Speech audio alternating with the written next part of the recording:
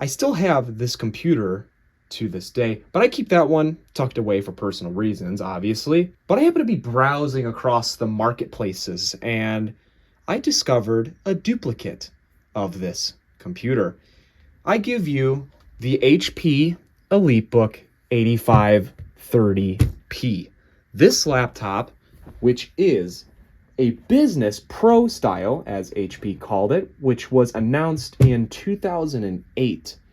This system came with Windows Vista Business, and most people downgraded to Windows XP for it because they loved Windows XP a lot more, and XP was just a little bit more reliable, I assume. Processors that it originally came with were around like the Intel Core 2 Duo, so up to like 2.80 or probably 80 gigahertz. We're gonna say that. The models were like P8600, the 8400, and the T9600. There's a couple different variations. Pretty much it's DDR2 with mostly 2 gigabytes of RAM. Of course, it's supported up to like 8 gigs, which is pretty cool actually for its time. The hard drives ranged in between 100 gigs and like probably 300 gigs. Our display is a 15.4-inch display, which is quite a decent display. Not sure what graphics card this one has in it. Also, just realized it's got an Intel Centrino vPro number 2 inside. And there were many different variations of the system. I just named as many as I could.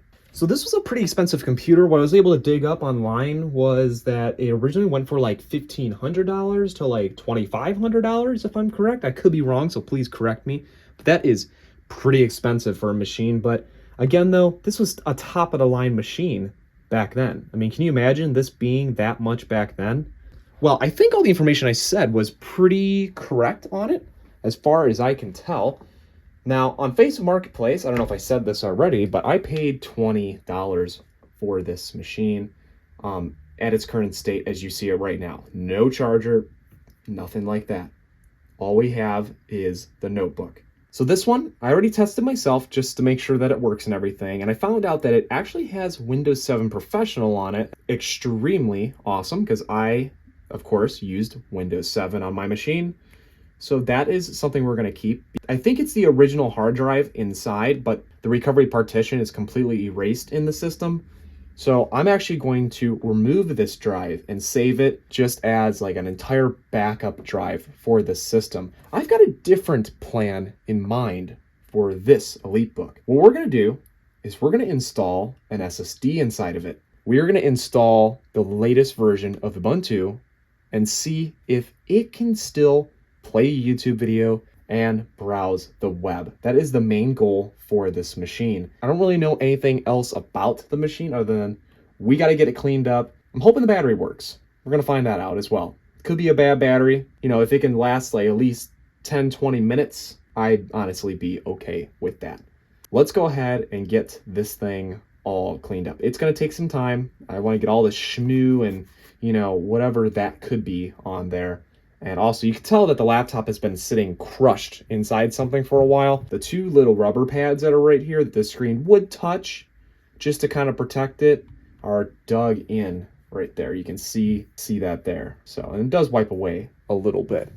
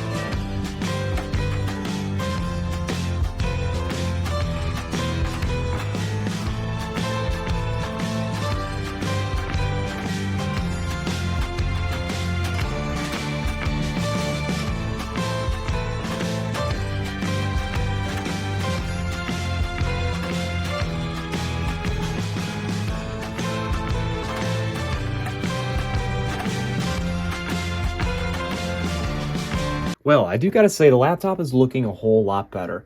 Yeah, I started using just water halfway through, so I was like, man, I'm afraid that the rubbing alcohol is going to mess with some of the stickers and stuff, but there was some stuff on the lid and like kind of over here that I really wanted to try to rub it in and get it in, but I realized too that some of these rubber surfaces, it could mess with those and make them sticky.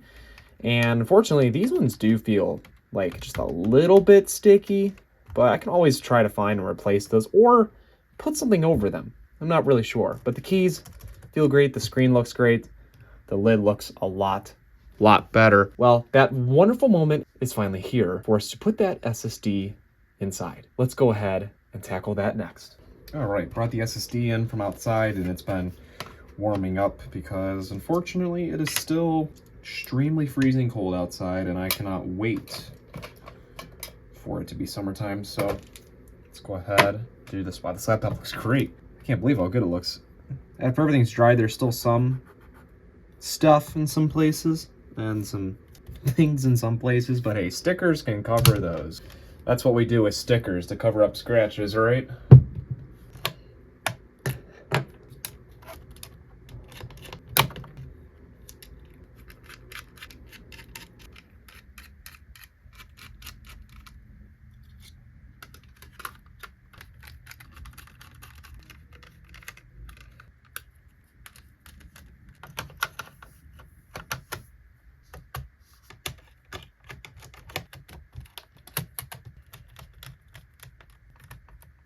Here we go. Power on. I'm gonna press escape. Also, there's one thing that this machine has an issue with is that it says HP BIOS recovery at the top, which is, it's quite strange because I don't know why it keeps doing it. I think it might be because the CMOS battery might be having some issues or something like that, or the CMOS battery is dead. Hopefully it's just because it's dead. That's one other thing that we got to fix. But let's get this base system installed first. Let's press F9 for boot device options. We are going to boot from USB hard drive.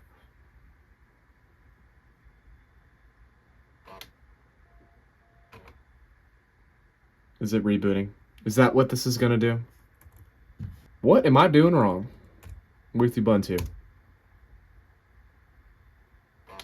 It says welcome to Grub, and then it immediately just goes right down. Well, everybody, as things go, things can never seem to go just right for me, but I think this one will. It's just gonna take some time. So I wanna show you something here. So if you look, 65 watt genuine HP charger, because I only use genuine chargers for my machines if I can.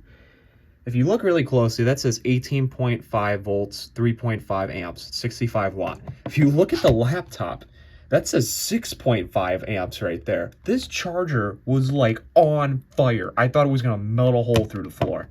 As I was trying to get the system, to post and trying to get Ubuntu to boot, all that stuff. And I'm like, yeah, we can't, this is a good genuine charger. I don't want to destroy this thing because it works perfectly fine.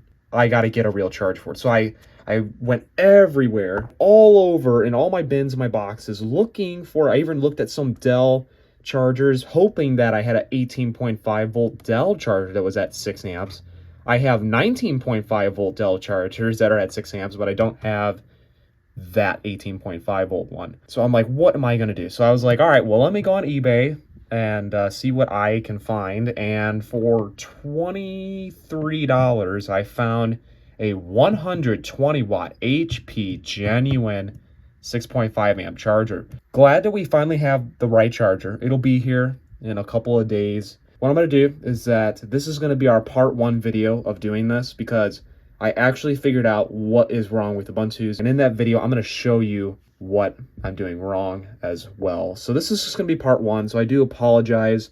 I would like to get this video out there and also hear your feedback while I'm making, or before I make, the next video.